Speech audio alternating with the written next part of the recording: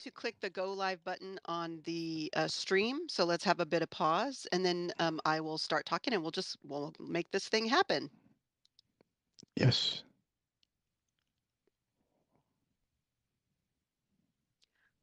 Welcome to The Conversationalists. We are a global collaborative of social audio hosts from Twitter, Clubhouse, Wisdom, and LinkedIn Audio.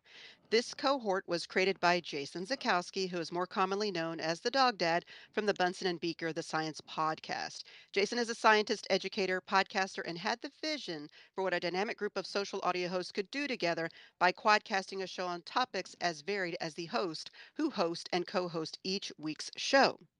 Whether you're here live or listening on replay, we thank you for joining us for this week's Freedom of Open Experimentation topic, if she can say it. Right. my my name is Jennifer Navarrete, and I have found success in open experimentation. Many call this building in public. My curiosity and interest in the latest and greatest cutting edge tools and technology means I have plenty of shiny objects to experiment with.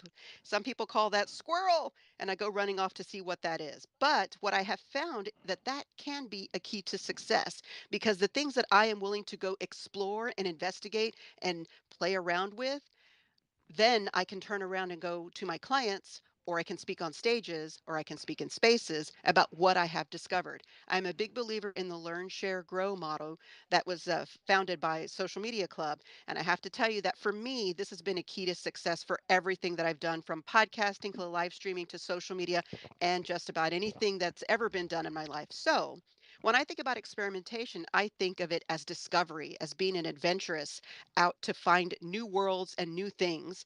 And yet I know that there are those who are fearful of experimentation because of that unknown. So thought that this would be a great topic for our conversationalists to kind of dive into, because I do feel like we are a bit of the explorer Indiana Jones types in our own ways, in our own industries. Mm. So I have brought together us to talk about this. And I'm going to start with my co-host. I'm going to introduce everybody. I'm going to start with my co-host.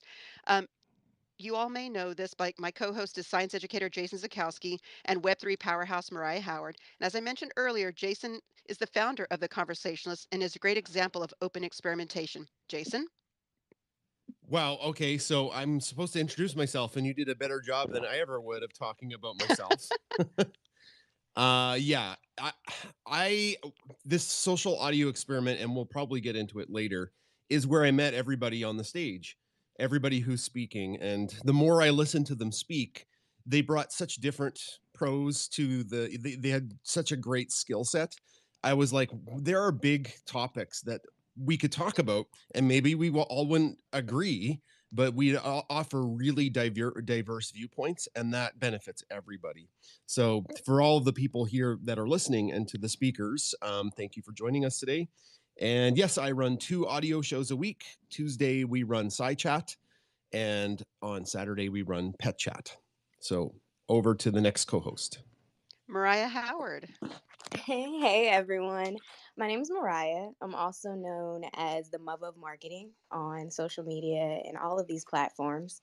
But essentially, I am a blockchain enthusiast, right? I'm a marketer and I'm a coder. And I love all things technology, economics, and spirit, if you will. So I have just been making the transition to actually and indefinitely build a better place through the technologies of decentralization. So since this transition, I actually was working and have been working as a federal contractor and helping small businesses actually get their certifications.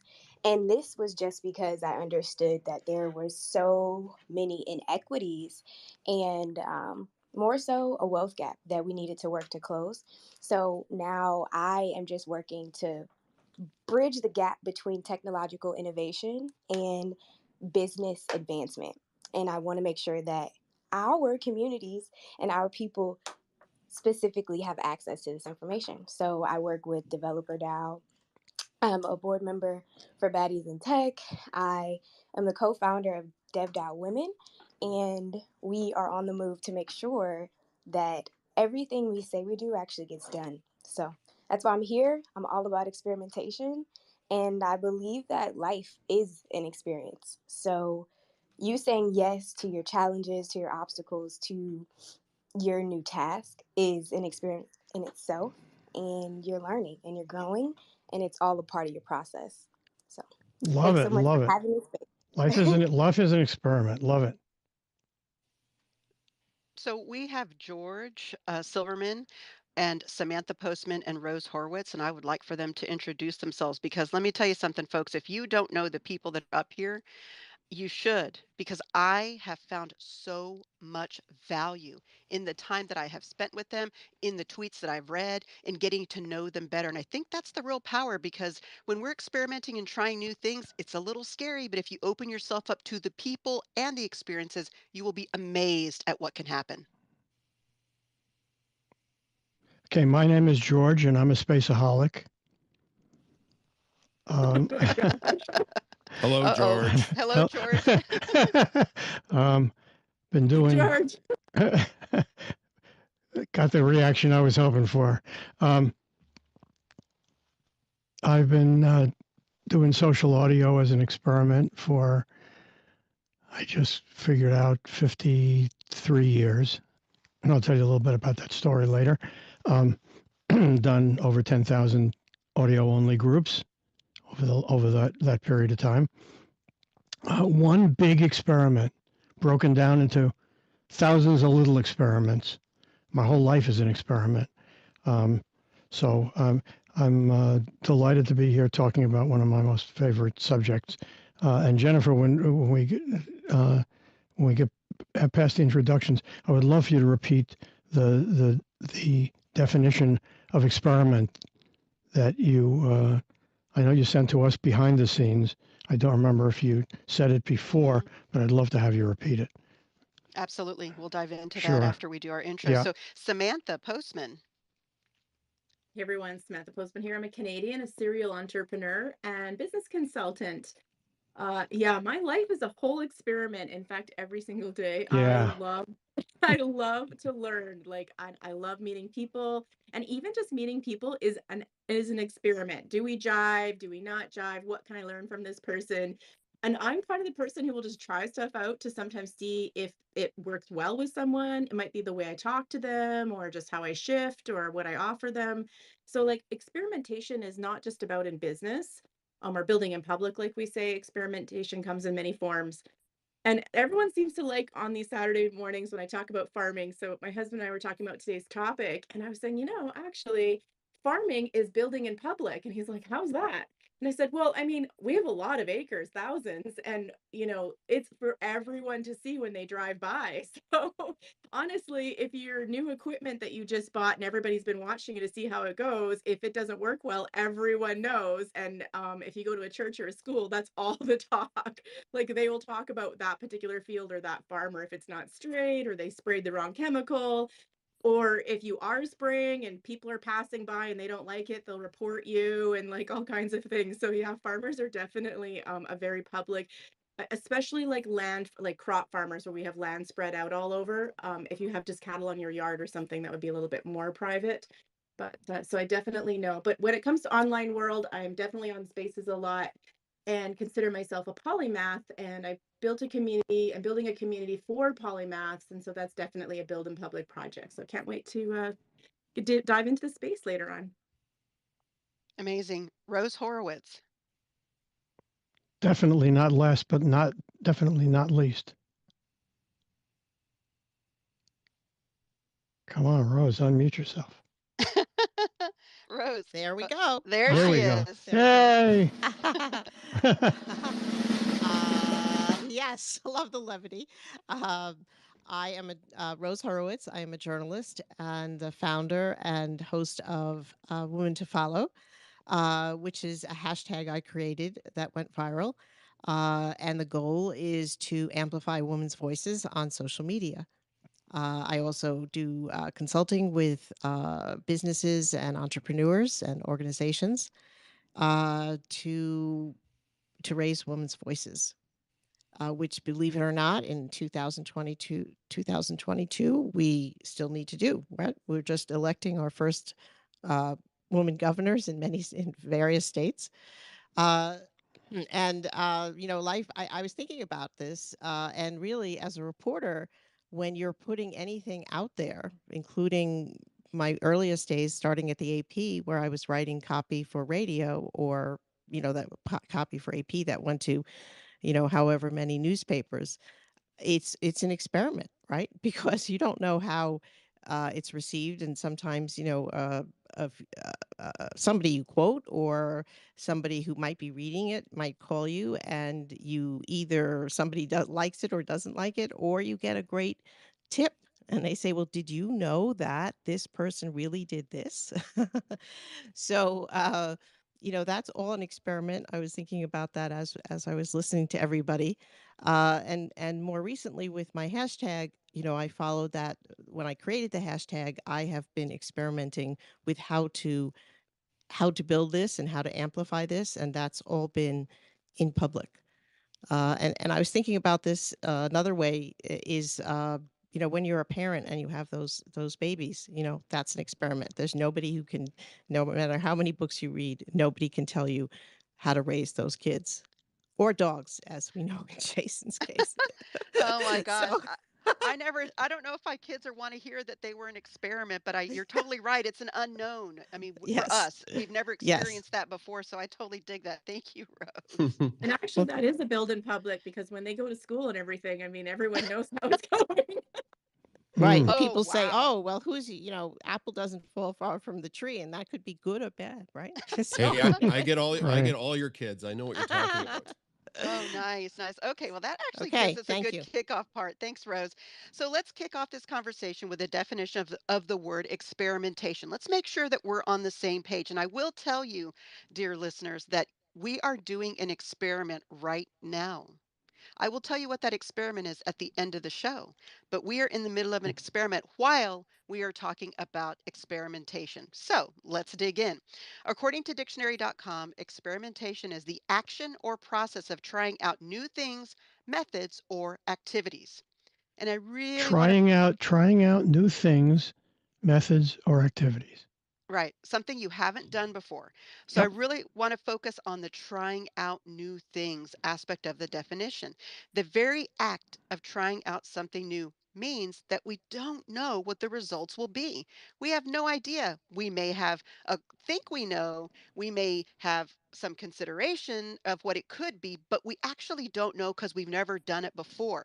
We don't even know if we're going to like this new thing or potentially dislike this new thing, but the only way to know is to take action and to try. Can I S- push back on that for a second? Yes, This is please. George. There are academics and others who would say don't engage in this kind of activity. This is reckless behavior. The pioneers, the way you tell the pioneers, are they're the ones with the arrows in their ass. I've heard that from doctors 1,000 times. Um, and the right way to proceed in life is to figure it all out first. Then, when you know what you're doing, you have a right to put it out in the world. That's the other side of it, which we're not going to get represented by us. But I'm playing devil's advocate, obviously here. What's wrong with that? There's nothing wrong with it. I think there's no one way to do anything. I think what we're doing here today is to invite people to allow themselves the freedom to experiment on some things. Some things you don't want to experiment. Some things you want to know for sure what it is. Probably healthcare. Probably don't want to experiment with that. Want to know for sure that you're taking the right things and doing the right things. But in general, if you're an entrepreneur or somebody who is on the cutting edge of things, or even someone who's wanting to try something new, experimentation can be very freeing, and I'll tell you why. And the other Hmm. piece of this is the building in public, right? What does build in public mean? Well, it means building a company, a product, or anything and sharing a lot of the transparent behind the scenes with a public audience. And that's as defined by an article by public.co. And I'll Hmm. tell you that there is a lot of times folks are like, ooh, why would I want somebody to see behind the scenes? That's where the chaos is happening. Yeah, I know. Right. And what the reality is that if we are constantly seeing everybody polished, polished, polished, polished all the time, and we know that behind the scenes is chaos, and we think we are the only ones who have behind the scenes chaos, and everybody has their stuff together and they just have this beautiful process. It's unrealistic. There's Mm-hmm. chaos behind the scenes. There's a time to show it and there's a time not to show it. Discernment is the key here. But what I will say is I think when we allow folks to follow our open experimenting, to follow our journey of building in public, it gives them courage to consider doing something like that for themselves. So I'll give a quick experiment and then I really want to dive into a quick example and I really want to dive into the questions. 15 years ago, I heard about this thing called NaNoWriMo, National Novel Writers Month, which is 50,000 words in the month of November. I heard about NaBloPomo, blog post every month in the month of November. I heard the video bloggers are doing it, and I went to go look for the podcasting version, and it didn't exist. And it just didn't set well with me. Like it wouldn't leave me alone. And I just thought, well, I could do this thing. I could decide to do it. So I created National Podcast Post Month, or more commonly known as NaPodPomo. I had no idea if anybody would join me. This was a total experiment. It didn't exist. Who was I, a gal from Texas, to even think about doing this? Like there were other people that could have done this. And I was like, well, I don't know. And I made an announcement and said, I'm trying this thing. I don't know if it's going to work. I don't know what it's going to be like. And if you'd like to join me, I invite you to do it. And now we are 15 years later, because this is our year 15, and we are a global annual challenge. And it's become many, many things. But had I not been willing to experiment and to build in public something I didn't know would work or if it wouldn't work, here's Mm-hmm. the key. An experiment is not a for sure. It is like Jason said, we're throwing spaghetti against the wall and see what sticks. If an experiment fails, it is not you who failed, not you, the person. You didn't fail. The experiment failed. And you can either revisit that and try different parameters within that experiment, or you can say, didn't work, moving on to something else. So I think knowing that the failure is That's not great. you as a human being, but the actual experiment in and of itself gives people freedom to be a little bold and adventurous. So with that, I want to dive into the first question. And I want to say, let's start with why open experimentation isn't more common. I think, this is Jennifer, that it all comes down to a fear factor of experimenting in public. What will people think? What if I fail? And I kind of gave you an example of how I approach experimentation. But I'm curious how the conversationalists approach experimentation, because every single person here is full pedal to the metal on experimentation, but we all have different experiences and different understanding. So, Jason, let me start with you. Well, I think for me, it comes down to what you're comfortable experimenting in public. Like if someone's like, "Hey, we need somebody to go sing, karaoke." I am not going to be the one up there singing for the first time in front of a whole bunch of people. So it's perhaps a fear of embarrassment. So that's something I would be embarrassed about if I failed. If I tried to experiment singing for the first time, because I don't sing publicly, because I was thinking about this. There's many things that I take many chances on. I don't care if I fail, but something like that, maybe I would feel more self-conscious. So I think for me, the reason why open experimentation isn't more common is it's the it's the fear of embarrassment. It's the fear of judgment.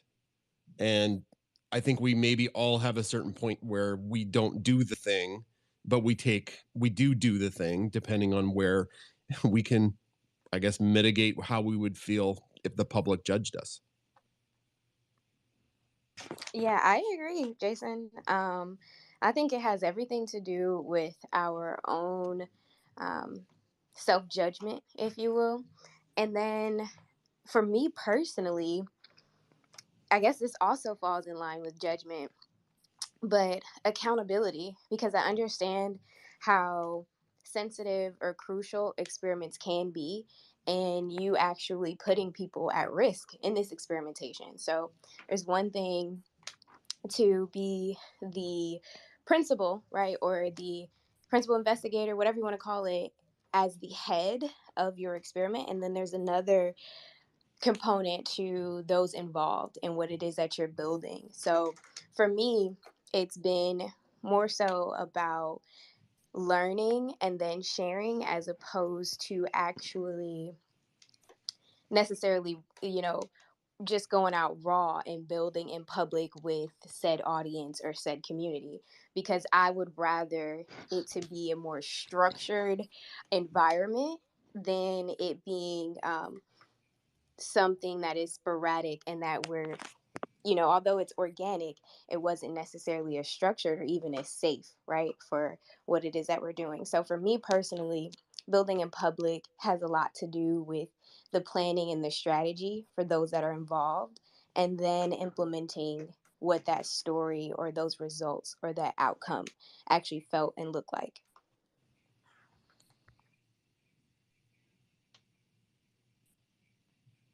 George, anything to add to that? No, I think that it's the reason people don't experiment more is they don't want to look like a fool. You know, they when you're experimenting, you're learning on the cusp of your ignorance, your incompetence. Um, you will look like a fool, and so people want to avoid that. Very quite understandable.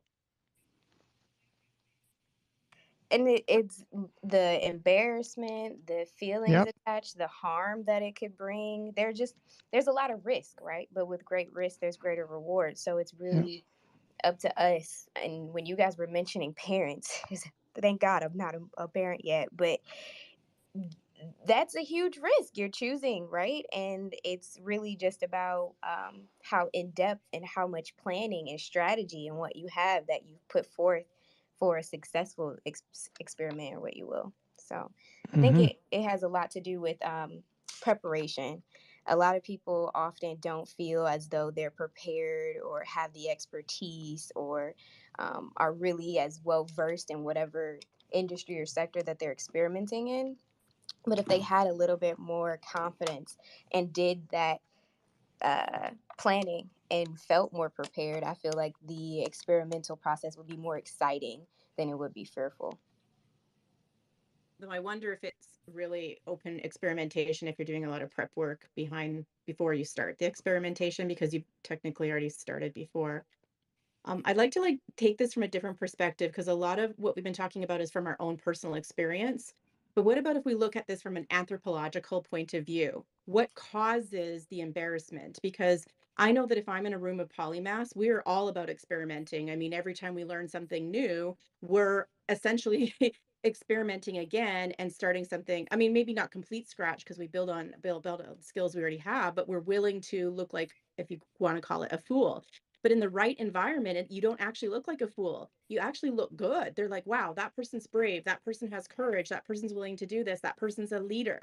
So I want to look at this from an anthropological point of view. Embarrassment and shame and all of those things that you talked about come from the culture because we feel it from pressure, whether it's from our parents to look a certain way, behave a certain way, from religion, from school, from our community.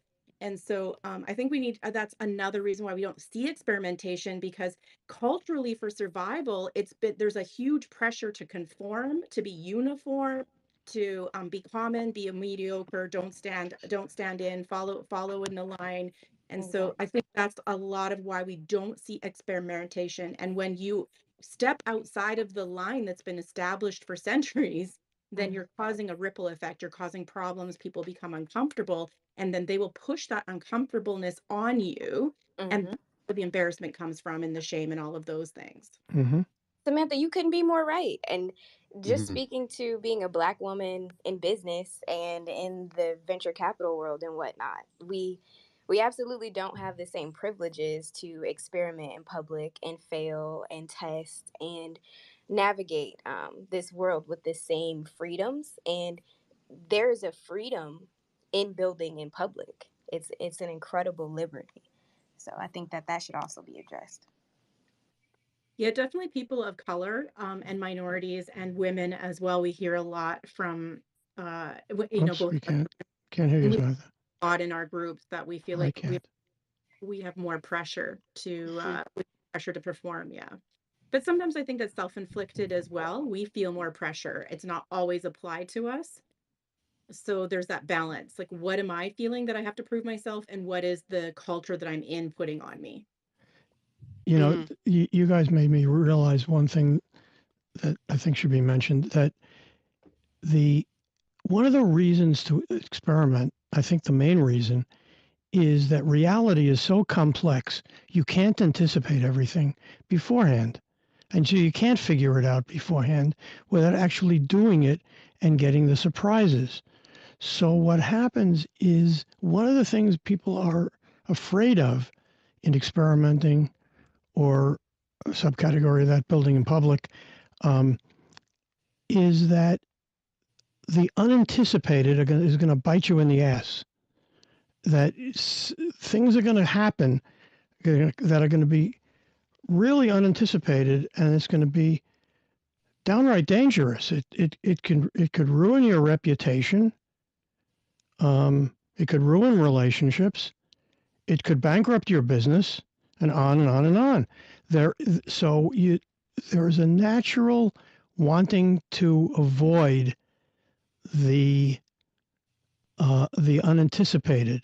It's a natural avoidance of. I mean, experimenting is jumping in totally into uncertainty. Yeah, I I mean, mean, I think when diving we off the talk about diving board into the big pool of uncertainty, right, not sticking your toe in the water necessarily, but diving, and that's really scary. it can be, but I'm Yep. curious to hear what Rose has to add to this because I think Rose has such an adventurous. I mean, we talk about Indiana Jones or Dora the Explorer, whatever kind of female version of that exists. I see Rose out there. So, Rose, share with us what you think about our first question. A lot has been said. That's very wise. But I would say the consequences. What's going to happen to me if I speak? And I was interviewing a woman who works at Intel, a very top woman who works at Intel, and she said she was sitting in a room with the CEO, and she said that she really didn't like a certain the way they were going on a certain policy. And she sat there saying, should I say something or shouldn't I say something? Should I say something or shouldn't I say something? And finally, she said, well, if I don't say something, I'll regret this. And it won't be the same if I email somebody. And, she said, not only does a woman need a seat at the table, but she needs to speak at the table. And she did. And I was very surprised that I put that as the lead in the story, of course, being adventurous, right? And it went through all the chains of command at Intel. But I think that that's what's gonna, if she speaks and her job is DEI, diversity, inclusion, and DEI, diversity, Equity. equity, and inclusion. What's going to be could she lose her job? I mean, she's with the CEO, right? So I think that it's very real, the fear of what can happen to you if you experiment in public. And uh I mean that fear, but I think there are real consequences that can happen. And I mean, that's an extreme case in terms of the level that she, of her, that she, as an executive, and she was with the CEO. But I think that illustrates what can happen if you experiment and it doesn't go well. And what she said is about the way, when she spoke up, she said she didn't move the needle all the way, but she got the discussion, she got it to neutral. She was there to kind of push the needle forward until the next person pushes it even more forward. Well, she So, got the CEO to listen, so that instead of them going ahead definitely with this policy, she got him to listen and go to neutral. And then she didn't know where it would go, but she got it to neutral. See, and I guess that brings me to the next question, Rose, because I mentioned planning and preparation for experiments, but does anyone think there are certain types of things that make an experiment ideal, or are there things that you would never even experiment in public with? I'd love to Well, hear. in her case, she said that that everyone she I think she brought up, she said, can I say something here? And he said, well, that's what we're here for. So on a certain level, you're prepared to speak in like you're prepared to experiment, and on a certain level, you don't know, right? No matter how well prepared you are, you could read, 100 baby books, but until you're holding that child, or when they're 2 and they do something that, is not okay, you know, uh, what do you do? There's only so much preparation, and you just have to go ahead and go with your gut and experiment. Is there anything that you would never experiment in public specifically, Rose? Yes, I guess I would never, call somebody, on any public forum, any curse word. I would never do that. Uh, I would, I'm always careful what I put out in public because I know it lives forever. Uh, I'm always careful about that. And if I do make a mistake, I will always correct it in public. Okay, that's beautiful. So you correct yourself in public, instead of focusing on necessarily experimenting in public, because you're aware of the impact that our voices have. Okay, I'm gonna let Jason. Jason has a question. I know he does. Okay. Well, I think if you experiment in public and it doesn't go well, and your experiment has some kind of like ancillary effect on others, it's only courteous to say, "Hey, I tried something and it didn't work, and I'm really sorry." Um, but like, I would, I would be leery to experiment on something that had a huge financial risk, just because I'm maybe not in the position to throw a bunch of money at something and then maybe have it fail. And I know that's how the entrepreneur gets ahead. So I am less likely, and that's just me personally. And even though, like, I guess maybe I've taken risks before, but on, say, the stock market, or deciding to get into cryptocurrency, because every time I'm in that space, people are like, I put in all this money and I've got nothing, and somebody's like, I made 200, and I'm like, whoa, that is not an experiment that I am super comfortable dealing with. So that's where I'm at with that. Just a quick aside before someone else goes. One of the great experiments that we always talk about on the Science Podcast is like the first human, since Samantha was talking about anthropological, or all human history. The first human that saw a somewhat friendly wolf and was like, "Hey, here's a bone," instead of like running away from it, and that's kind of how dogs came to be. That was a really risky experiment. Wonderful. Yeah, that's a good example. I think that, like what you said about finance, and we have to remember in the room here that what people report is always their best, like their best win. So, Yeah. when they say they got, they made 200,000, they're not revealing that they lost 400,000 before they won the 200,000. And so we sometimes forget that reported wins came after a massive financial Yeah. experiment right before. So we just, keeping that in perspective when we're out there. And experimenting small is really important, especially for cautious people. And that's okay. As long as you are experimenting, you shouldn't feel like, oh, I didn't experiment as much as someone else. We all have, I think, I don't know what you would call it, experimental open. I don't know. There's probably a term George and I could come up with about it. Maybe there is one. I think that when it comes to experimentation, I think that, I mean, obviously, I'm going to say what's the elephant in the room. I would not experiment. I wouldn't have sex in public. So, like, just like there are things that we shouldn't be doing in public, I think. So that's just, I'll You wouldn't say. what? I didn't hear that. Don't you do it.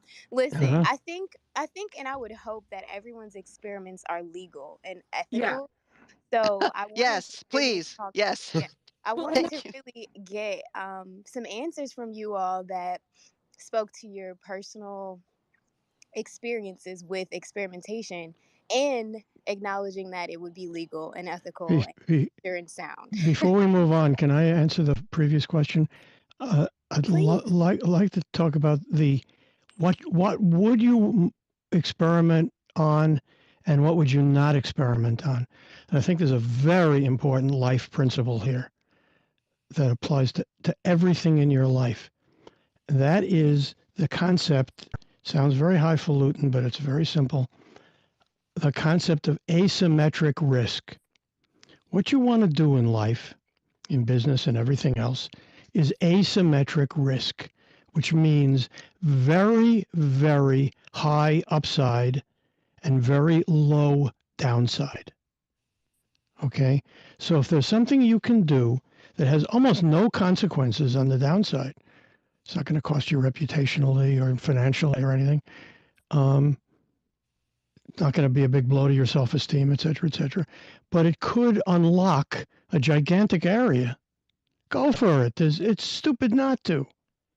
And that's the way the VC company, the venture capital companies work, by the way. You can invest in 100, 200, 300 companies. All you need is one Amazon. Okay? All you need is one Apple. So they're looking for a gigantic win with one, two, three out of 100 investments. So it's asymmetric risk in the sense of they're allotting their money in ways trying to hit that one that has this enormous leverage. I've lived my entire life that way. When I learned about the concept of asymmetric risk when I was a teenager, and it's stuck with me ever since. And that's the way I try to make every decision in my life. Minimize the downside. If it's equal up downside, I'm not too quick to do it. I want to rig the game. I want to play an only rigged game. Games that are rigged in my favor. And you can live life that way. If there's a gigantic downside, it's going to kill you or your family or whatever for very little gain. That obviously is it's totally stupid. You wouldn't do that. So the other side is just as true. So later on, I'll tell you a little bit about asymmetric risk experiment we did. You bring up I mean, everybody does, but when we talk about are there certain types of things that would make an ideal experiment? Are there certain things we would never experiment with? I think that's very personal and very much to our own comfort level and our own brand, Mm-hmm. things that we're willing to do. Now, me, as someone who has for many, many years told the world, I'm doing this experiment this month. Will it blend? I have no idea. And people expect that from me, but it wasn't always that way. I decided that this was the path I was going to do, and it's worked well for me. Now, that doesn't mean that every experiment works, but that just means that I have developed my own comfort level over time with being someone who, number one, I like to try new things. I like the shiny objects. I like to see how things will work or not, because not things, experiments failing are just as informative, although less satisfying than, experiments that, go to the moon or that are really successful, but each piece of it has its own learning. And a lot of Mm. times what I can tell you is that the learning is not our learning.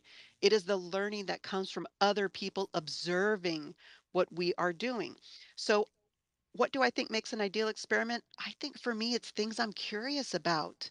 I'm like, what is that? What does it do? How can I use that? Will that work for this scenario? Will it not? For me, that leads my experimentation. And then I lean into it and then I muck about and then I share what it is that I'm learning. I'm like, okay, because if you're open experimentation, if you're building in public, that behind the scenes thing, is very real. Your audience somewhat expects that because you've told them, I'm doing this new thing. I don't know what's going to go. Here's how I think it's going to work. Here's what I'm doing. And so I feel like if you start leaning in with things that you, as a human being on planet Earth, are curious about, other people who maybe have that same curiosity will join you on that journey. Or some people who want to watch the crash and potential crash and burn will join you on the journey. You don't Right. know who's going Right. to join you. But the key there is really just sharing how it's going and just to say, I thought it was going to be this. Meh. I've actually cut experiments short. I've said I made a big announcement. I'm going to do this for the month of whatever. And then 2 weeks in, I was like, nope, not working. And I've just told everybody why. And so also don't feel the pressure, I think, to feel like you have to carry it through if it's not meeting your needs. And I think for me, that's the key. Is it meeting Jennifer's needs? Is it meeting these parameters that I've set forth? And if it's not, then I will Mm. call it, I'll time out on it. I'll hit pause, but I will take my audience on that journey with me. I don't just disappear and abandon, orphan it. I let them know why. My reasoning, my thought process, they will give me feedback on what they thought about it. And so it's kind of a nice way to have this group think on something that you, in my case, I am experimenting with. What would I not experiment in public with? Openly, probably stuff that's maybe my family would probably be the a line where I would really draw, where I probably wouldn't be doing that open experimentation. And I think everyone has to decide what that is for you. Just because Jennifer is comfortable experimenting every month, announcing it, and you're like, I'm really not comfortable with that. Start with one thing and maybe don't announce it on a billboard that this is your experiment. Maybe just tell a few family and friends. Maybe just tell one other person, I'm trying this thing and I don't know if it's going to work, but I'd love for you to be my accountability partner. I'd love for you to be there to give me feedback on what you think when I'm doing this. Start small, start with a soft kind of an experiment. Don't feel like you've got to put a billboard out there. But the key is to give yourself permission and freedom to at least give it a whirl. You might find a lot of liberation. And in my case, and many of our cases who are open experimentation, you might find community that you didn't know were could be part of what you're doing, that increases your network, that increases the knowledge base that you have, because everyone is sharing what they're learning as they go, just as much as I am sharing what I'm learning as I go. Don't forget what Edison said. I've not failed 10,000 times. I've essentially found 10,000 ways that will not work. So he really viewed it as finding the tungsten filament in the light bulb as a 10,000 step process. So my feeling is, if I try something 10 times and it works on the 10th time, I haven't failed 9 times and then it worked. I have I've done something that required 10 steps. That's it. No failures involved. Listen, this is so impactful and moving to me because when Jennifer mentioned how important it is to share, and George, you acknowledging that essentially our trial and error is a formula, Mm-hmm. as some would say, it reminds me of a quote that my mentor still tells me to this day. Her name's Lisa Mae Brunson. She's the founder of Wonder Woman in Tech, but she makes sure that I share my story, or some would say build in public, or just really acknowledge the trials and errors, because she says that our life stories are and is someone else's survival guide. And all of this is making it come full circle, and how important it is for us to experiment in public because of what it is sharing and providing for the communities all around us. So Mm. I appreciate you all. I thought I would jump in. There were some good comments in the chat before we get to our third question. That maybe we could tackle one of them. Farmer in the Dell says, great conversation so far. Love the introductions, and this topic is high interest to me. Couple questions. Maybe we could focus on the second one, which is maybe about Twitter. When you're experimenting, where should the focus be on specifically to Twitter? Threads, tweets, photos, social audio, a mix? What should we focus on since we're on primarily Twitter right now? Any Ooh, ideas, team? I say that you want to just try them all. Like Yeah. not but Yeah. not all at the same Yes. time. Just say Right. I this month I'm Right. experimenting with moments, or this week I'm experimenting with moments. This week I'm experimenting with threads. This week I'm experimenting with spaces. Like do all the things, and you may say I hate moments. Those can go suck an egg. I don't like them at all. Or you may They can say suck an moments. egg big time, Jennifer. Period. There Moments we go. can. And you, or you could say moments are the cat's meow. I'm so glad I experimented with that. And then maybe No. other people who've never heard of moments may go, I've never heard of that. I think I will join you in this experiment. So the answer to your Mm. question is yes. But Everything. Yeah, I will say I that agree. sometimes it helps to focus for a while on one thing. Mhm. So 4 years ago, when I started the hashtag, I said, okay, well, how can I move this forward? It's had 12 million impressions in 2 weeks. And the way I thought of moving it forward was to write profiles of women in different fields. And how was I going to do that? Well, threads weren't so popular then. And so my experiment was to do the profiles as threads. And who knew, that was an experiment because I didn't know how that would go. And when I did my first one, I mean, they got each one depending, got like 20, 30,000, impressions, lots of retweets. They were popular. And that was before threads were popular. And there was no social audio. So I think, you have to look at what's available at that point in social media and say, okay, well, I'm going to try this. And, you get good at something by doing it, a lot. So I wrote 17 of those. And, and then I said, okay, well, how can I, make this so that I can easily share it on LinkedIn? And so then I created a Medium, page, and now I have a link to all those. So I think, you have to experiment with one thing, and it doesn't mean that you like, I don't necessarily do one thing each week, but I am always looking at the big picture and maybe focusing in on one thing and getting good at that and then going to another. Yeah. If You know, I wanted to chime in because I wanted to help with this overall big picture that Rose is speaking of, and it's just that marketing is communications. And then so what you're using is just figuring out how best you communicate on whatever features or channels, right? And then take it from there in terms of the experimentation. Try not to think about it as so focused and narrow as a thread and a moment. Literally think of it as how you even want to share what it is that you're trying to tell your audience. Right. I think that the problem maybe some people come on, is that you think too much about how am I going to do this Yeah. instead of doing it. You have to start somewhere. And I think that that's that's a problem for people that they just say, okay, well, what's the best way? And you might ask five people and five people will give you different answers. So Mm-hmm. you kind of have to go with your gut and start somewhere. I can I just add just before we quickly move on? I think that there's a faster way to figure out if you've got four options, go through the four options, ask yourself some questions. What am I most passionate about right now? What's really interesting to me right now? Which one appeals to me? Then that goes up to the top of the list. And the other thing you can quickly do is you can make smart moves about experimentation. So what is Twitter rewarding for algorithms right now? Because if they're not rewarding one of those things, like let's say video at the moment, then it's really you can experiment and do an amazing job, but you're not going to get anywhere, and you're going to think it's because of your experiment when really it's the algorithms. So threads have a really high reward rate on Twitter. So your best success is going to be on threads and probably talking about something you're really passionate about. So that's how I'd go about experimentation. I love it. Conversationalists, we're going to move to the third question. Great advice, Samantha, Mariah, Rose. Thank you. Third question. Everybody ready? Here we go. So the third question, and kind of our wrap up one, goes like this. What is the best and worst outcome you've ever had experimenting in public? Now, I'll say mine real fast.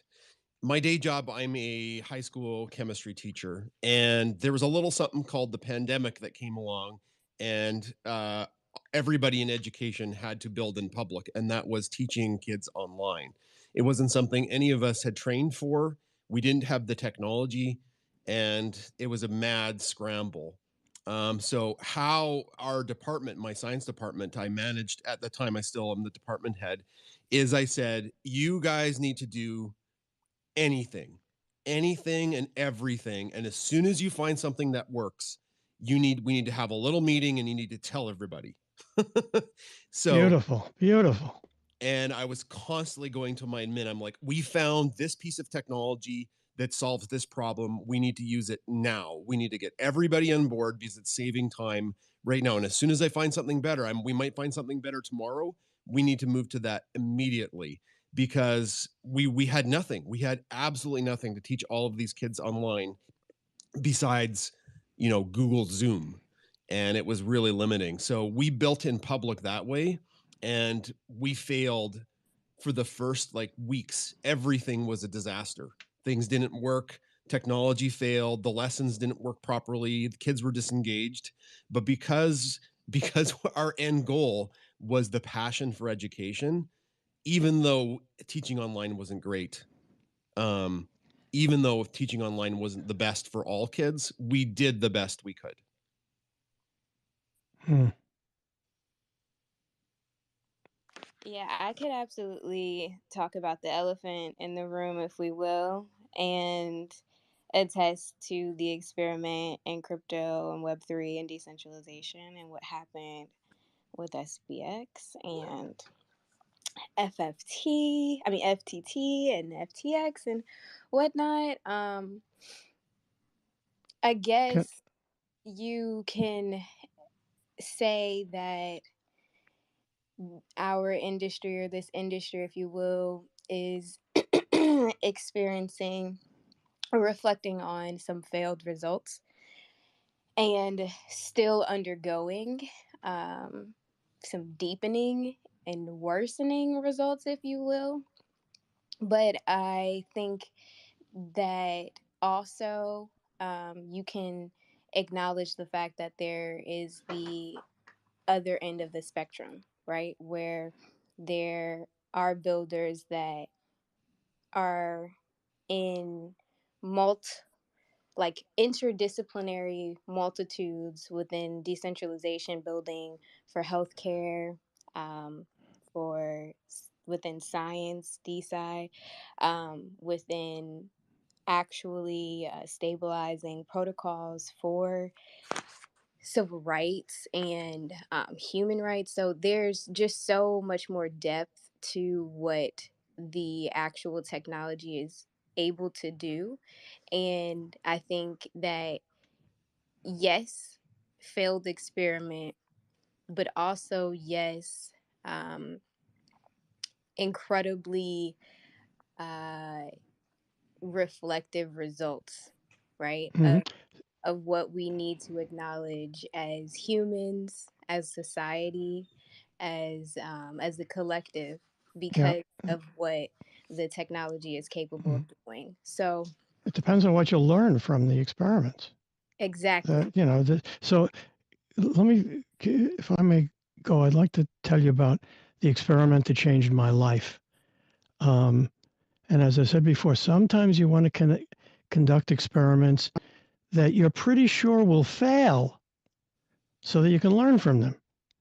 So, for instance, just quickly, uh, when SpaceX's reusable rocket missed the the drone barge, the first three times, Elon Musk put out a thing saying successful experiment.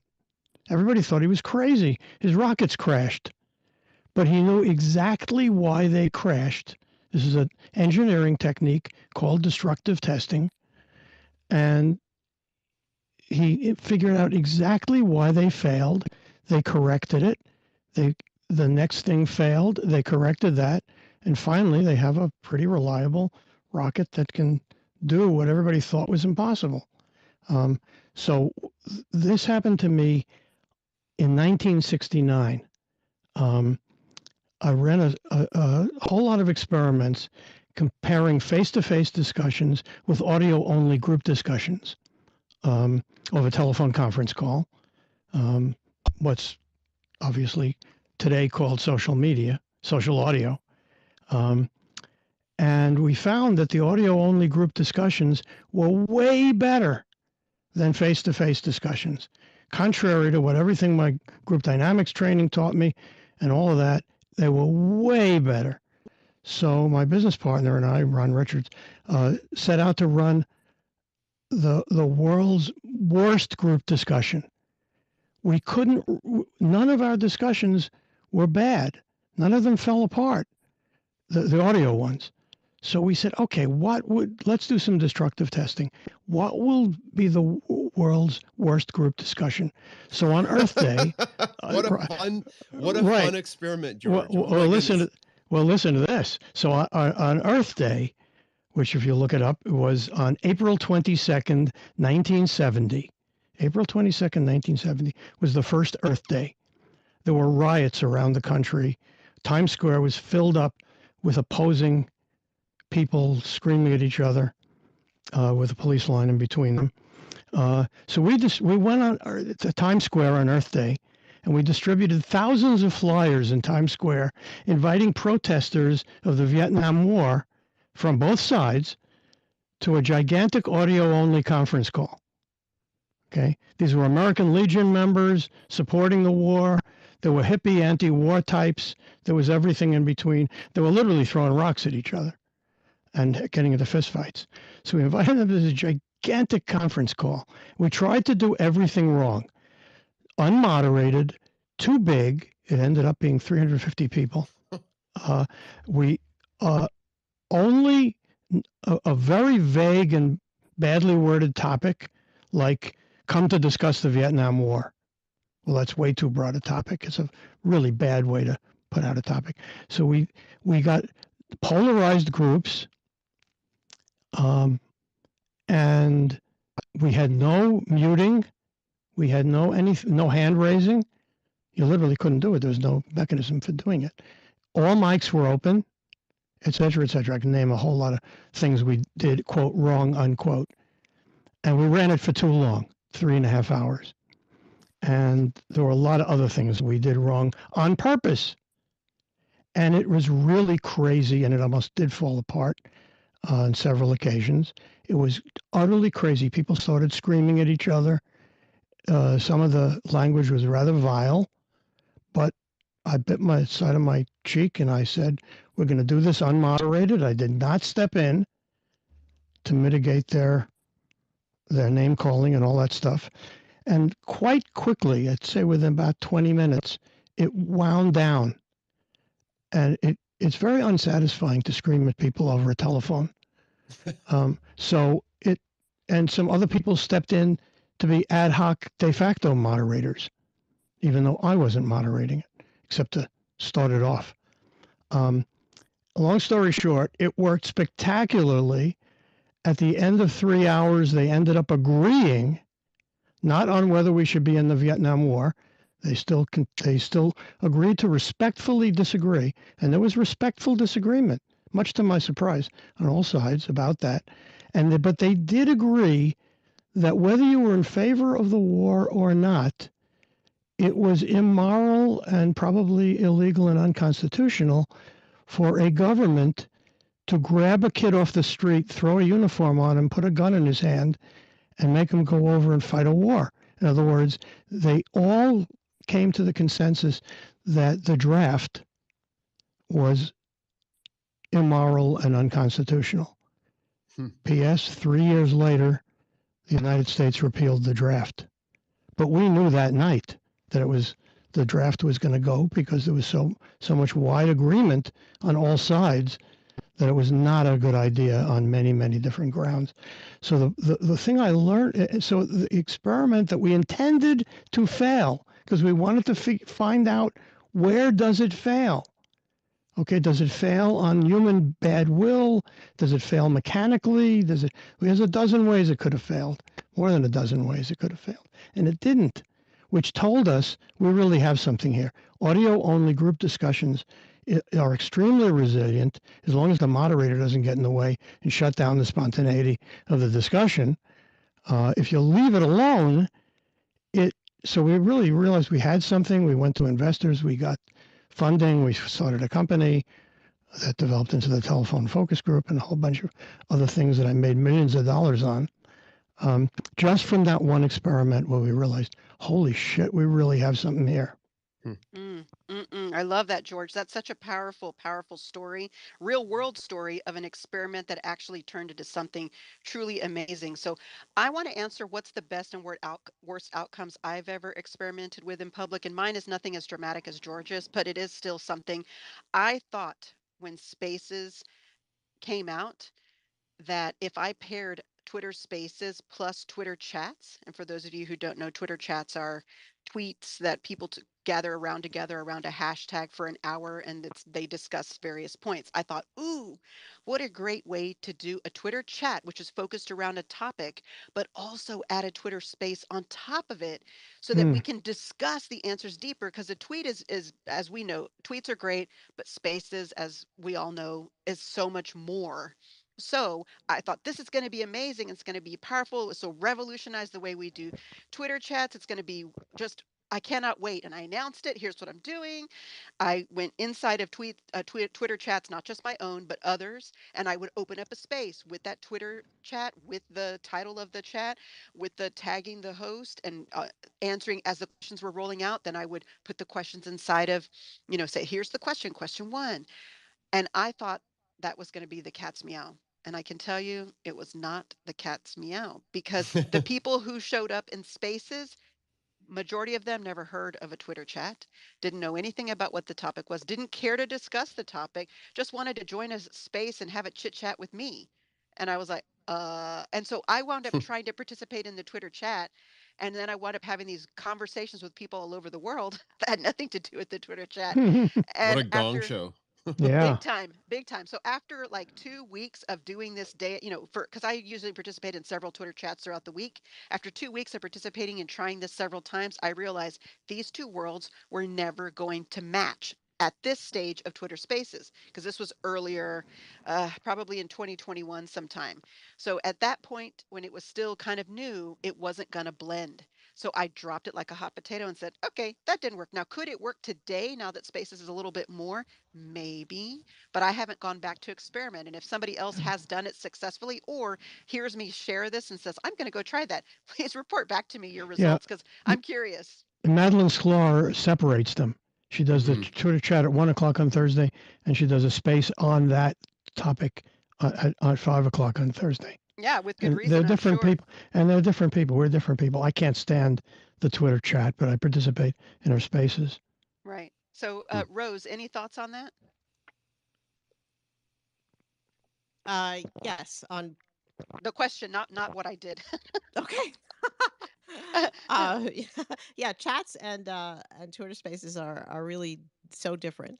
Uh, and I like what Madeline does because I do like Twitter. I've been a guest on Twitter, on her chat and on her space. Right.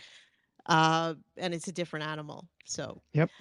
uh, I guess I can say that for me, one big experiment recently was in the pandemic, like Jason, but in a different way.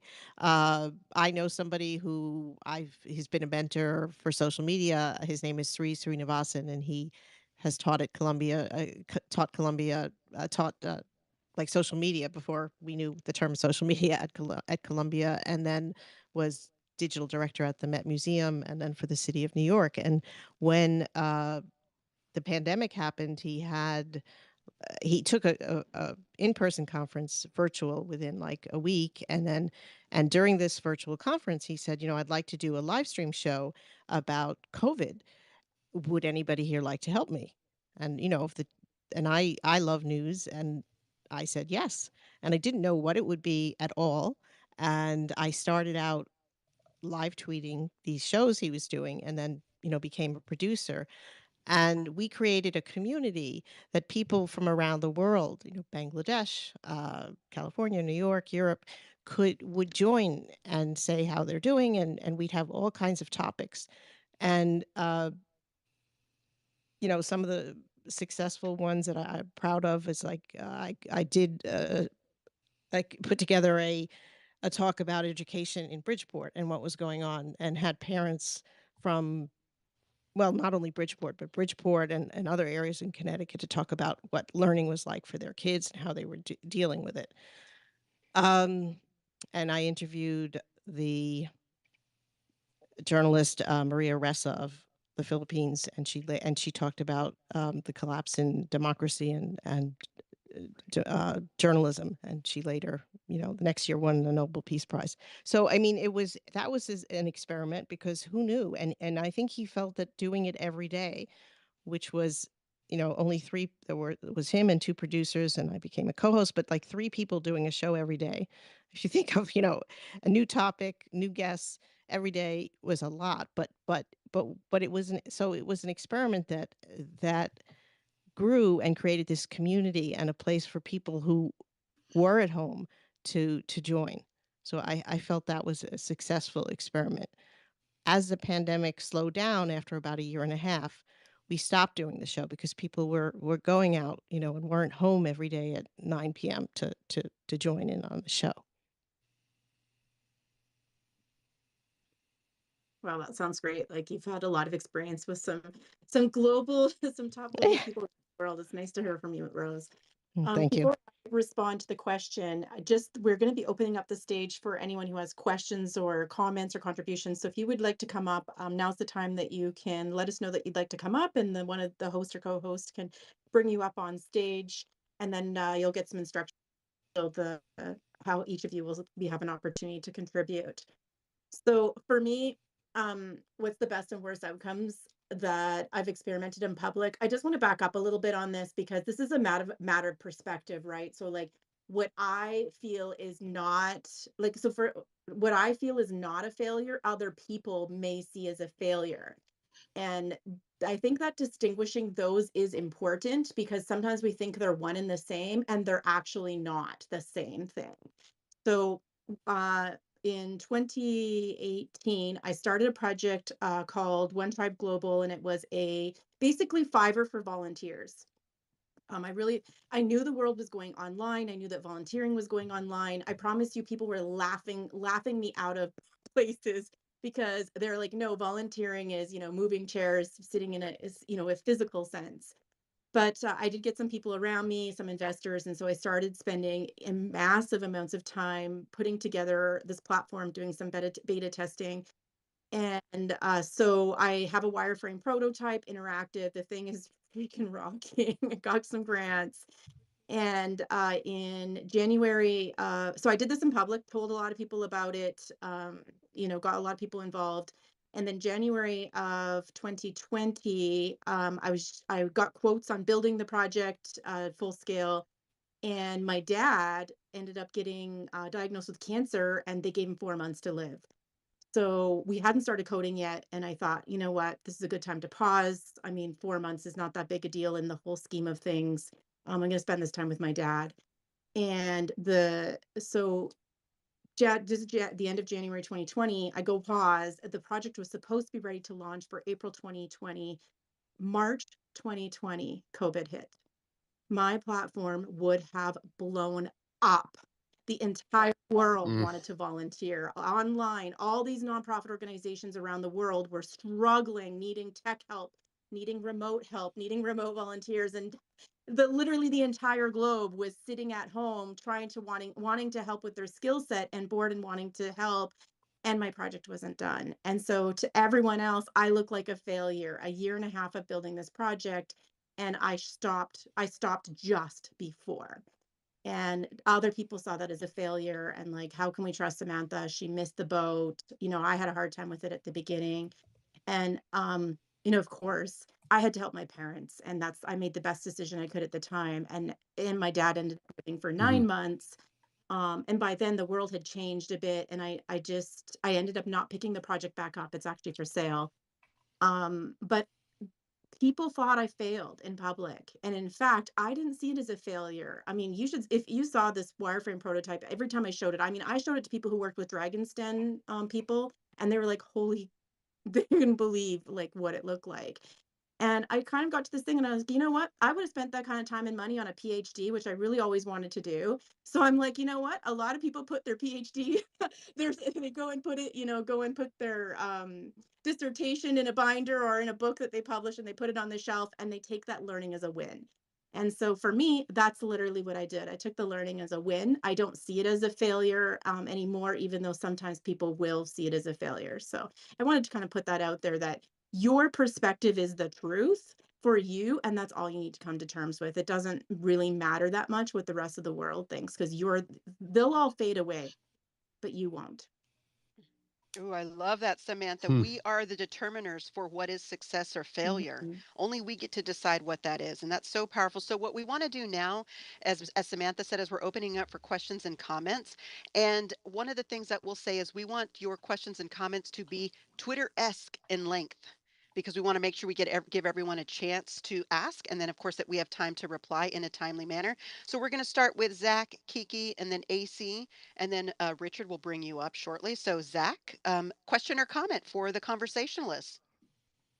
It's kind of a question and a comment. I think the comment is, I think it's interesting that in life and business, we don't look at things as practice. We don't practice things. We don't talk about practicing things. Mm, It's just always doing, and then it's either success or failure. And so I think we have to normalize the idea of doing things just because we want to practice, right? bravo, Helping bravo. Mhm.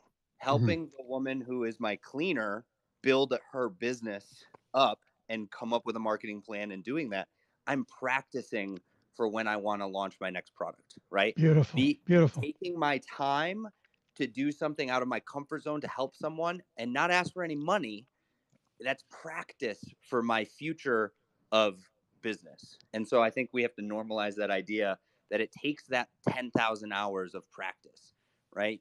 And the only way you become an expert in things is practicing it. You practice piano, you practice language. We talk about all these skills that we practice. Business is a skill, life is a skill. All of these Mm, things are skills. So let's normalize practicing them in every way we can, because that's how you experience life. beautiful. And yeah, Love it. I think we should not talk about failure. It's it's only feedback. It's only failure if you don't get feedback. So it's practice and feedback. Mm. That's what causes growth. And it's not failure. It's just practice and feedback. Yeah, I guess like that's my I think that that's my question here is that I think the words we choose are really important. Yes, So I take yes. everything from a military background because that's my background, and you can't walk into any military option operation and say, I might do this or we could do that. It is or we won't. It is or it isn't, right? And I think that that's really important. And I guess my question is when we say the word experiment, what's the difference between experimentation and practice in everyone up here's eyes? In my eyes, it's you don't with experiment, you don't know the outcome. With practice, you kind of do.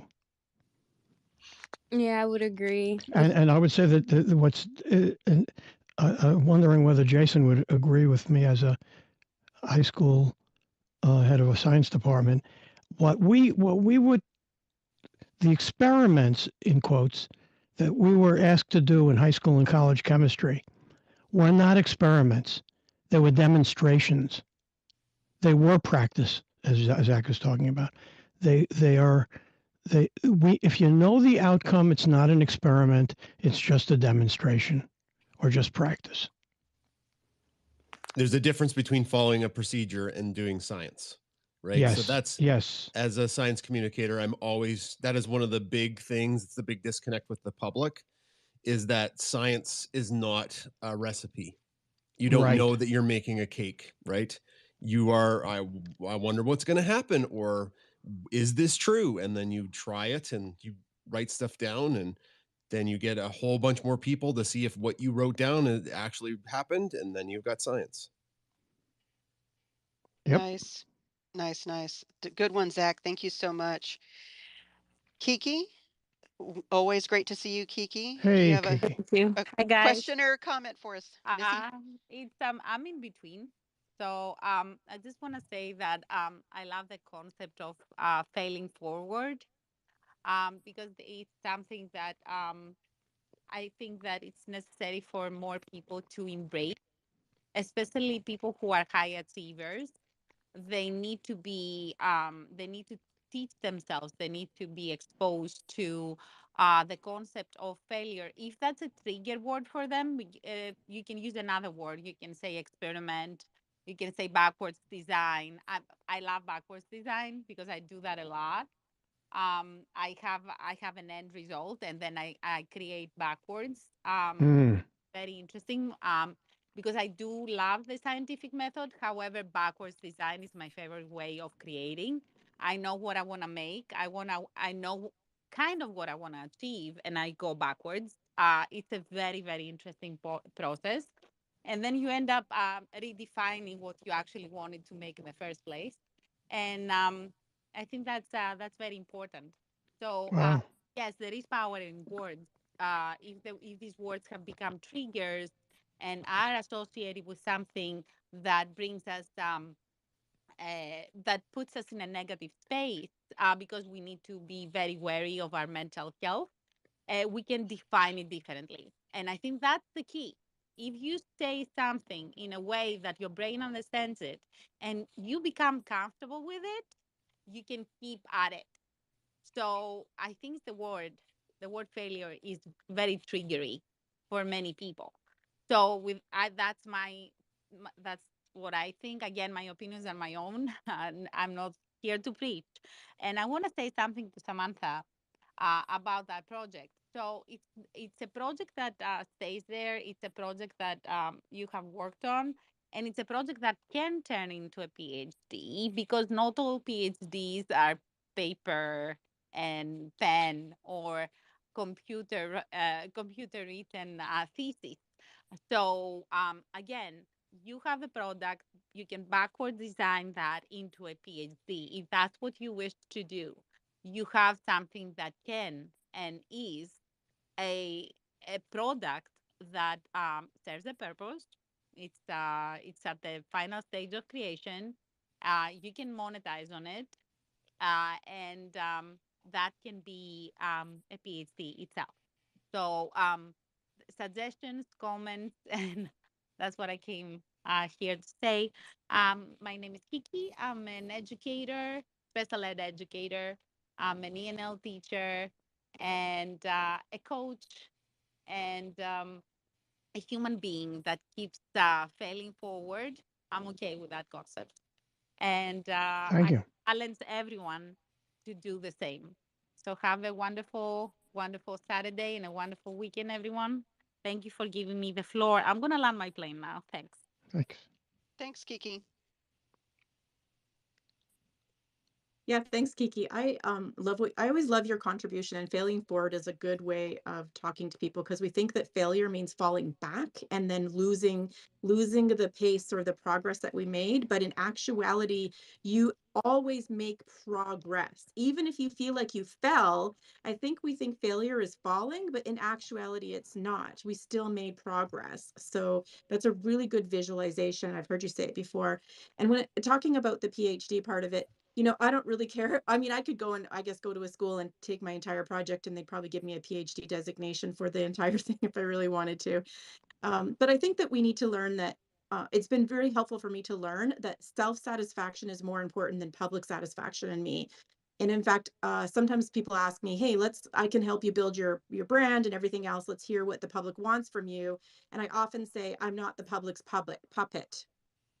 And so, and Elon Musk actually talks a little bit about this too. He says that he builds stuff he loves and people come. So both can work, market research and being people's puppet, but I only have one life to live and I choose not to be everyone's puppet. So that's just a personal choice of mine. And just Mm. like really quickly before we move to the next one, and not that this is an Elon Musk discussion, but he is a perfect example that we all know about what it's like to build in public, because he's definitely doing all the things we're talking about. Right. And in his mind, what we are like, he may not think that something he did is a failure, whereas everyone, 50 or 70% of the population or media says he's failed. Because he's having open discussions. But in his mind, he might be saying, wow, I just learned something super valuable that I wouldn't have learned had I not done that in public. So it's still a matter of perspective about Exactly. failure. Yeah. Yeah, people don't Yeah. understand that about the entrepreneur, that entrepreneurs deliberately fail. It is a way to learn quickly for sure. Right, So right. AC, thank you so much for joining the conversationalist. Hey, Question or comment, and we want to make sure we get to all of the questions and wrap up in a nice tidy way. So let's go with Twitter-esque questions and comments, please. Well, thank you very much for allowing me to have the floor. I love to join on Saturday mornings. I'm always looking forward to this space. And, I try to speak when I can because I'm, cultivating that ability. And if I could eliminate a word from the English language, it would be failure. I think it is a useless word. And Yeah. the reason I think it's useless is because it's a myth. It's like Santa Claus or the Tooth Fairy. It actually doesn't exist. And when people believe that it exists, then they can use it as an excuse for giving up. But the truth is, if a person is on a path and they don't achieve the goal, it's because they stopped. Now, I used to teach singing lessons, and I would have people who would come in and say, oh, I can't do this and I can't do that. And so I would take them into the music room and I would say, do you see the yellow tambourine on the wall? And nobody ever bought that yellow tambourine, so it worked for quite a long time. See the yellow tambourine on the wall? We're going over there. Now let's count how many steps it takes. Oh crap, there's a drum set. We didn't expect that. Now how are we going to get around this obstacle? Are we going to go over it, under it, around it? And as we're going along the path, maybe I find piano and I realize that I never wanted yellow tambourine to begin with, that I had a higher value placed in piano, which makes me think of Samantha's story, you know, that she was on a path and she actually stopped. And the reason she stopped is because she saw something on the path that arose unexpectedly that she placed higher value on. And so if people around you believe in failure, you know, then that's, you know, too bad for them. But I personally think it's a myth. I don't think I it love that. exists. It's a great analogy. Yeah, that's my fantastic. 2 cents. Mm-hmm. I love how you talked about how what we place more value on is just because someone else doesn't place value on that doesn't mean it's a failure or their perceived failure. You know what? If I was starting parenting right now, I would definitely take that word out of the house. So like there'd be a fine if you use the word failure. I Can was we Yes. can we implement that worldwide, Samantha? Maybe we can start a movement here. You Yeah, know, like $2 bored to was the not conversationalist the word anytime bored in someone my says house. it. That meant I have nothing better to do than work for my mother. So no child ever used the word bored, but now I feel like failure would be a good one to add in the house. I don't think my kids used it a lot, but it's a good one to taboo. Your analogy is perfect. After high school, I was registered in pre-law to be a lawyer, and I found a different passion on the way. Mm. Wow. And some And people thank would have said goodness you for were a failure, that too. but they did not, right? Yeah. But you did not feel that way. Perspective, your personal perspective is more important than other people's. Yeah, I think that's so powerful. Richard, I want to bring you up. Thank you, AC, as always. Always great to You're hear your lovely welcome. voice. Richard, thank you for joining us for the conversationalist. Questions, comments, thoughts, inspiration, Comments. experiment that you're going to be trying now that you've heard this episode? Well, I'm in a unique position. Unlike most all of you, I love all of you, and I don't want to stand in anybody's way or cause any problems for anybody in their life. But I'm in a unique position where I've got nothing to fear but my life. And I can put things out there against corporations or whatever. It don't matter. And nobody can stop me from where I am. I have been in the IT field for 40 years. I know a lot more than most people could ever think about. But my perspective is if I don't have anything to take, I don't have anything to worry about with my life. So I'm in a unique position on Twitter. And most of you don't know this, but I'm on disability. So they can't take anything from me unless I put it in the bank. And corporate America has done that several times to me. What does that have to do with experiment? Can you bring it back to the topic? Yeah, my experiment is I'm confronting corporate American greed. Gotcha. And And how I have a firm stance on that, and I know a lot about sciences. So I have a unique perspective where I come from. Thank you. And that's it. All right. Well, thank you, Thank you. Richard. I appreciate that. Appreciate that.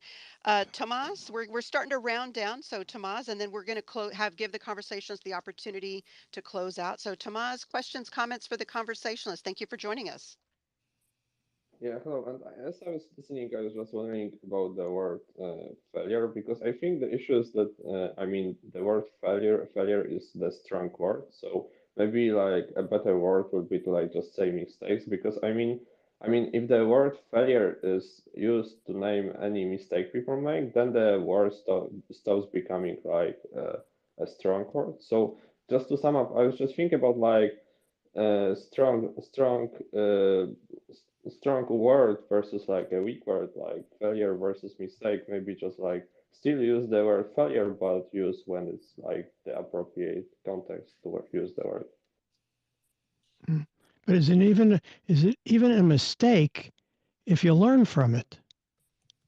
See, it's kind of hard for me to even accept the word mistake because, I mean, yeah, you can make a misstep, you can do something unintended, with unintended consequences. But if you learn from it, it's really hard. It's a stretch for me to call it a mistake. I think, in the case of like crypto, if you Yeah, invest 100 million and you that's lose a it, yeah, that's a big that's a mistake. mistake. Yeah. That's a big So that's a big I think that's a I big think there whoops. I Maybe think that maybe it's a whoops. I think that unless if you have $1 billion, maybe 100 million is not that much. But I think there are different, risks at different points in our life, and we haven't talked about that. But I think that's a true thing that we all can think about. Hmm. Yeah, you bring up a good point because it's at different chapters in our life, we are either more or less risk averse. And so that journey shifts and changed. What we could do in our 20s, maybe we don't want to do in our 50s. So I totally agree with that. So I want to give Sarah, I see you there. We're going to close out. If you have something really quickly that you want to comment on, I really want to get us to end on time. Go ahead, Sarah.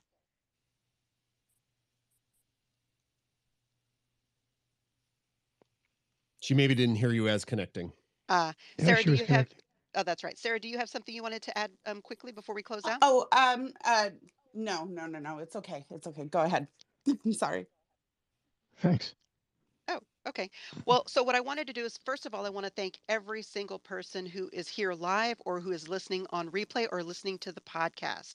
We appreciate you investing the time in these discussions, in these conversations with us. We hope that this isn't the end of these types of conversations. We hope that you will have your own conversations and then tag us so that we know that you're having them or invite us to join you because we'd love to do so. So, what I'd like to invite the conversationalists to do is to give us their closing words of wisdom. Jason, I'm going to start with you. I've been thinking about the way to close, and this is directly from my passion and my heart. And that is, I strive as a science educator every day to get kids to truly experiment without feeling like they've failed. In fact, that I don't even use that word fail. There's a conclusion that you can get from your data. And if you can't make a conclusion because you don't have enough data, you can still talk about how you could improve your experiment the second time around. So instead of getting upset at kids for having a failure, I'm always talking to kids about how they could improve. And I think if we take that mindset in experimentation, that is a way more powerful way to look at the world rather than through a lens of failure.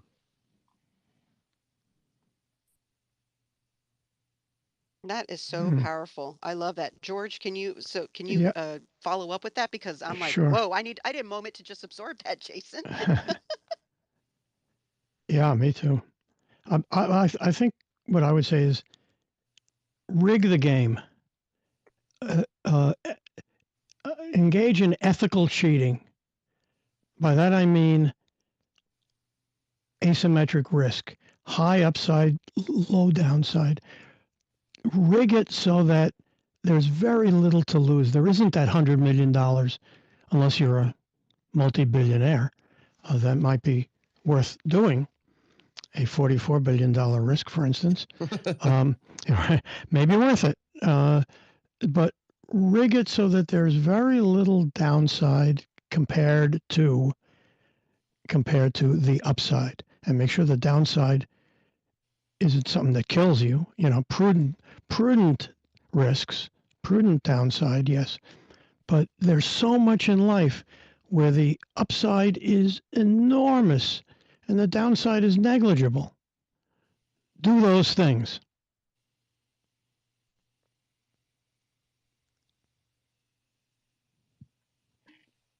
I love that.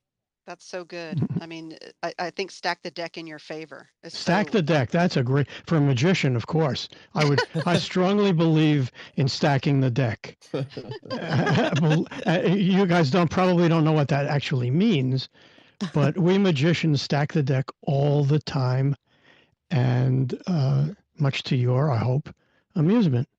Our entertainment. So, Rose, Yes. any follow up to that? Words of Uh, wisdom. Words of wisdom. I'd say, I guess measure the risk, which measure the risk, the downsides and the upsides, and also this attention to where you are at your point in your life and your career.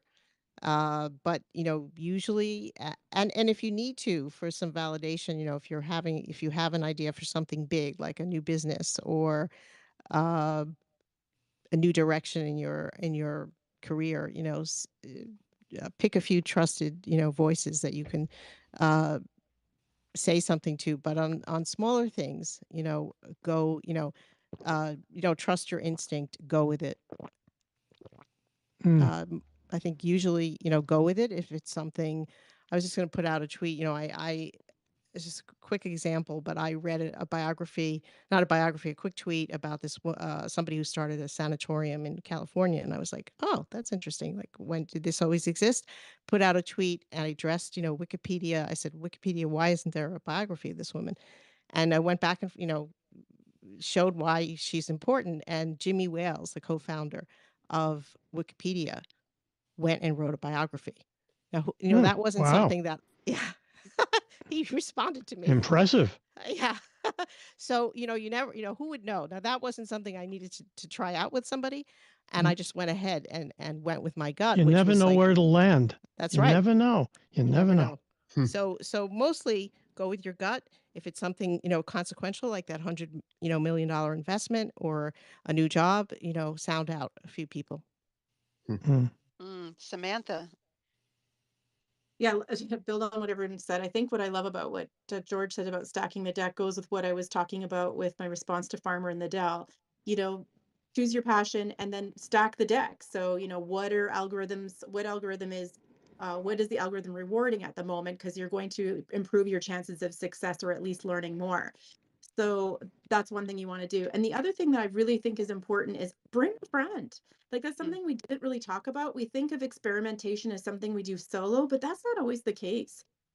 George and I have run some of the most fun and amazing rooms through experimentation. And even just us working together is an experimentation. What we're doing here is an experimentation, but it's more fun when you do it with friends, and you're Yes.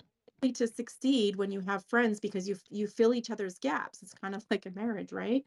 So I just wanted to end with saying, if you're nervous about starting something new, ask someone to join along with you, and also just remember to be gentle with yourself, no matter the outcome.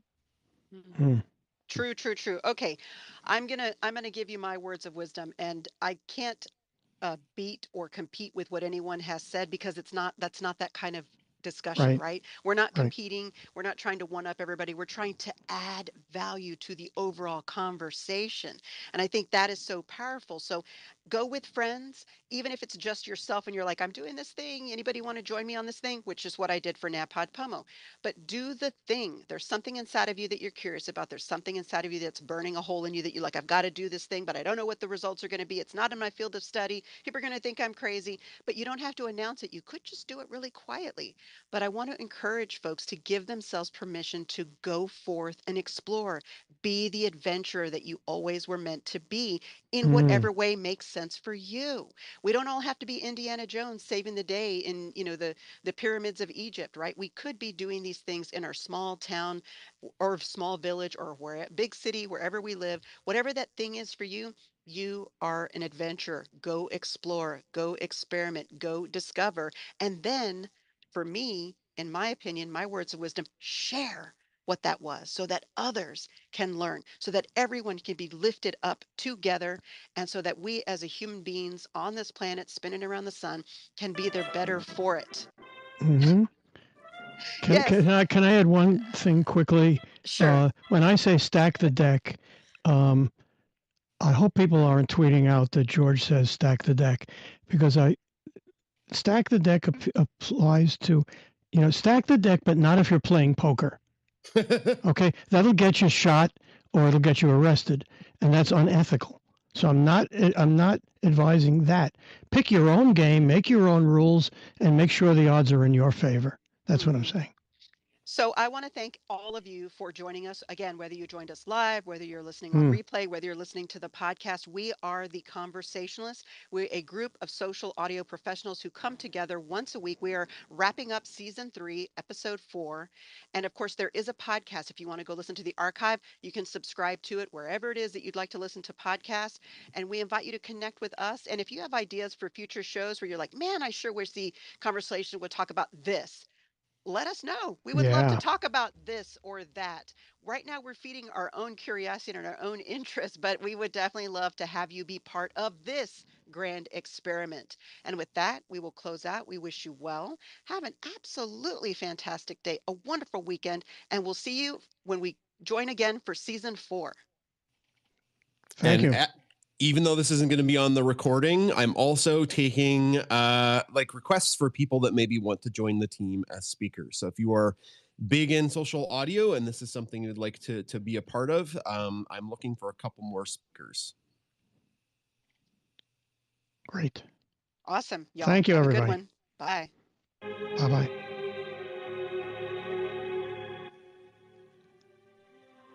Oh, it's too